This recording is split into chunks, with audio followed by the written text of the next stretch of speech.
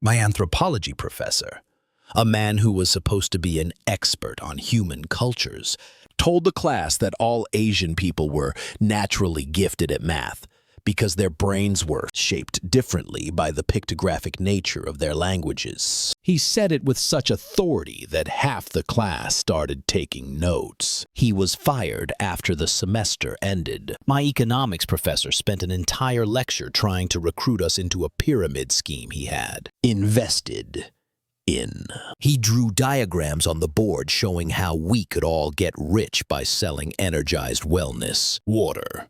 He said our textbook economics was all theoretical, but this was real-world financial genius. He lost his job a week later after a parent complained. My PE teacher was so lazy that he conducted our entire track and field unit from a golf cart. He would drive onto the field, park in the shade, and yell instructions through a megaphone while eating a bag of chips. If you didn't run fast enough, he'd drive up behind you and honk the horn until you sped up.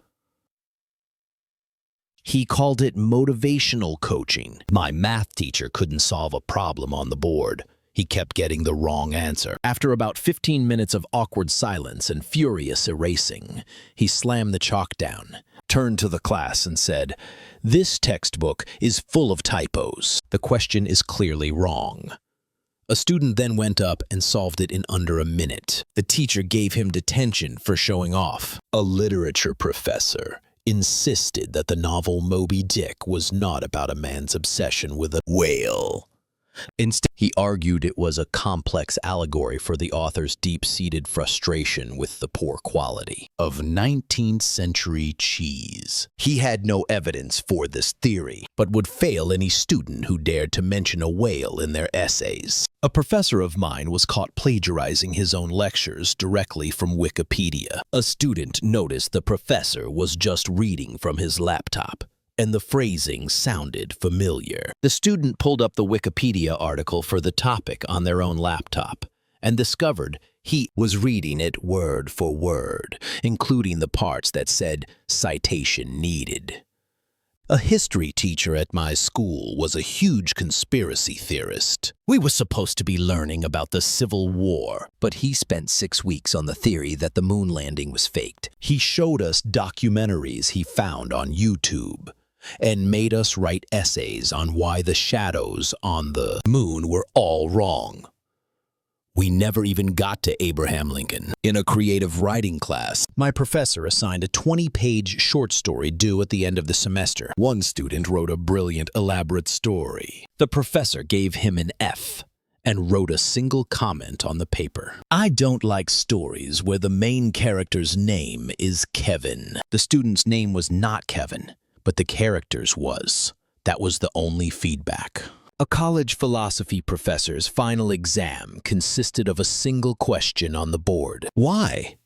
He told us that our grade would be based on the profundity and courage of our answer. I wrote a 10-page essay on existentialism and got a C. The student who got an A simply wrote "because" and walked out of the room after 5 minutes. My Spanish teacher couldn't speak Spanish. She relied entirely on Google Translate for her lesson plans. One day, a native Spanish-speaking student asked her a simple question. The teacher stared blankly, typed the question into her phone, read the translation, typed her answer in English, and then read the robotic Spanish translation back to the student. It was the most painful exchange I've ever witnessed. My computer science teacher in high school didn't know how to use computers. For our coding unit, he made us write HTML code by hand in our notebooks. Then, for the final exam, we had to type out our handwritten code into Microsoft Word, print it, and hand it to him. He said he would run it later, which we think meant he just looked at the paper and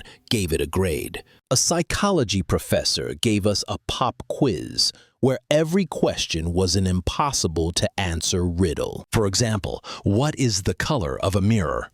When we all failed, he explained that the test wasn't about the answers, but about seeing how we'd react to failure. He said, "Our confused and angry reactions were the real lesson. Our grades were not adjusted." My high school English teacher had a bizarre pet peeve. She would automatically fail any paper that used the word very. She said it was a weak and meaningless word. One student turned in an otherwise perfect essay, but he had used the word once. She gave him a 45%, and the only feedback was the word very circled in red ink about 50 times. My 7th grade history teacher was absolutely convinced that Julius Caesar was the first president of the United States. A student tried to correct him, saying it was George Washington. The teacher got angry, sent the kid to the principal's office for being disruptive, and spent the rest of the class explaining how Roman numerals on the dollar bill proved his point. He was not joking in the slightest. A health teacher told our class that if you ever felt a cold coming on, you should smoke a cigarette. He claimed that the smoke dries out your lungs and kills the germs before they can make you sick. He also said that drinking soda was healthier than drinking fruit juice because the carbonation. Bubbles scrub your insides clean. This was an accredited high school. My university professor for a 400-level literature course failed the entire class on the final project. His reasoning: he had completely forgotten that he assigned it, so he hadn't received any submissions. When we all showed him the syllabus and our completed projects, he just shrugged and said, "It's too late to grade them now. You all should have reminded me." The entire class had to retake the course. My teacher for a world religions class was a devout atheist who took every opportunity to mock the very subjects he was supposed to be teaching. During the unit on Christianity, he referred to Jesus as a zombie magician. When we covered Buddhism, he called the Buddha a lazy guy who just sat under a tree. It was incredibly awkward and not very educational. We had a substitute teacher for chemistry who was clearly out of her depth. A student asked a question about ionic bonds, and she panicked. She told us to open our textbooks to a random page and start copying it word for word. She said the answers are in the knowledge, and the knowledge is in the book. So if you write the book, you'll have the knowledge. We spent the entire period in silence just copying. My geography teacher once held up a map of the world, pointed to Africa, and asked the class, "What is the capital of this country?" Someone timidly answered, "Africa is a continent." The teacher sighed dramatically and said, "That's a common misconception." He then insisted the capital was Egypt, not Cairo. The entire country of Egypt was the capital of the continent of Africa.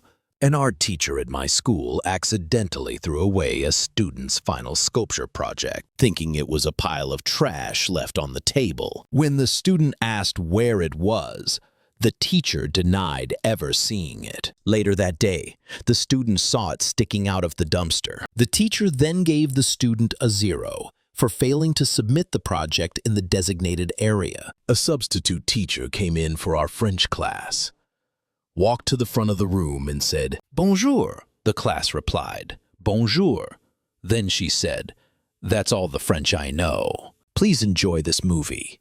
She then put on Fast and Furious 6 and sat at her desk reading a magazine for the next 90 minutes. It was the most productive French class we had all year. My chemistry teacher once tried to do a cool demonstration involving combustion. He mixed two chemicals that were not supposed to be mixed, and it created a massive cloud of green, foul-smelling smoke. It filled the entire wing of the school, set off the fire alarms, and forced a full evacuation. He tried to blame it on a student for coughing too close to the beaker. My professor for a class on ancient civilization spent 20 minutes trying to get the projector to work.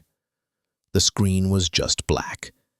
He unplugged it, rebooted the computer, and even called IT support. As he was on the phone complaining, A student from the back of the room yelled, "Take the lens cap off." The professor silently removed the cap, and the presentation appeared. He didn't speak for the next 5 minutes. My driving instructor fell asleep during one of my lessons. I was a brand new driver, merging onto a busy highway for the first time. I looked over to ask him a question, and he was completely passed out, snoring with his head against the window. I had to drive for 20 minutes with a sleeping instructor next to me, completely terrified until I could safely pull over and wake him up. In my freshman biology class, the teacher taught us that plants could feel pain and would scream when you cut them, just at a frequency humans can't hear. He cited a debunked experiment from the 1970s as his proof. He made a girl cry after she said she had mowed the lawn over the weekend, telling her she had committed a massacre of innocence. I had a high school biology teacher who believed dinosaurs and humans coexisted because she had seen it in the Flintstones. She called it a historical documentary and told us that scientists were covering up the truth about humans riding brontosauruses to work. When a student brought in a textbook to show her the geological timelines, she accused them of believing mainstream propaganda. My college statistics professor had a thick accent, and we could barely understand him. For the final exam, he wrote the questions on the board by hand, but his handwriting was completely illegible. It looked like scribbles. When a student asked him to clarify a question, he just pointed at the board and repeated the question louder in his thick accent, which didn't help at all. A social studies teacher gave a student detention for yawning. The reason he wrote on the slip was audible display of boredom. The student tried to argue that he was just tired, but the teacher said, "Your tiredness is disrespectful to the educational process. You can think about your actions for an hour after school." A university professor had a strict no questions policy during his lectures. He said questions disrupted his flow of genius. If you had a question, you had to write it on a piece of paper, and at the end of the 3-hour lecture, he would collect them all, put them in a briefcase, and say, "I will meditate on these." We never got a single answer all semester. I had a music teacher who was completely tone deaf. During choir practice, she would give the most bizarre instructions. She'd tell the sopranos they sounded too pointy, and the tenors they needed to sound more purple. When we sang a note correctly, she would wheeze and say it was off key. The sounds that came out of that room were truly horrifying. My university professor for a 400-level literature course failed the entire class on the final project. His reasoning: he had completely forgotten that he assigned it, so he hadn't received any submissions. When we all showed him the syllabus and our completed projects, he just shrugged and said, "It's too late to grade them now. You all should have reminded me." The entire class had to retake the course. I had a film studies professor who claimed to have invented the close-up shot. He told us that before he started making his student films in the 1980s, directors only used wide shots. A student raised their hand and mentioned The Passion of Joan of Arc from 1928, which is famous for its close-ups. The professor accused the student of sucking the creativity out of the room. We had a very old-school English teacher who hated technology. One day, the school installed a brand new interactive smartboard in her classroom. She completely ignored its features and just used it as a regular whiteboard. The problem was, she was using permanent markers. It took the janitorial staff 3 days to scrub her notes off the screen. I had a professor who graded our essays by throwing them down a flight of stairs. He claimed it was a method of randomized fairness. The papers that landed on the top steps got A's. The ones in the middle got B's and C's, and the ones that made it to the bottom landing got F's. He was completely serious about it and even demonstrated it for the class on the day they would due. A teacher at my school confiscated a student's phone for texting in class. As per school policy, he was supposed to turn it into the main office. Instead, he answered a call from the student's mom, pretending to be the student, and had a full awkward conversation with her about her son's weekend plans. Before she realized something was wrong. He thought it was hilarious. In my college physics class, the professor tried to demonstrate inertia by pulling a tablecloth out from under a full dinner. He revved himself up, yanked the cloth, and sent about 500-ton worth of plates, glasses, and silverware crashing to the floor. He just stared at the mess for a moment, then calmly said, "And that is what happens when you apply too much friction." Class dismissed.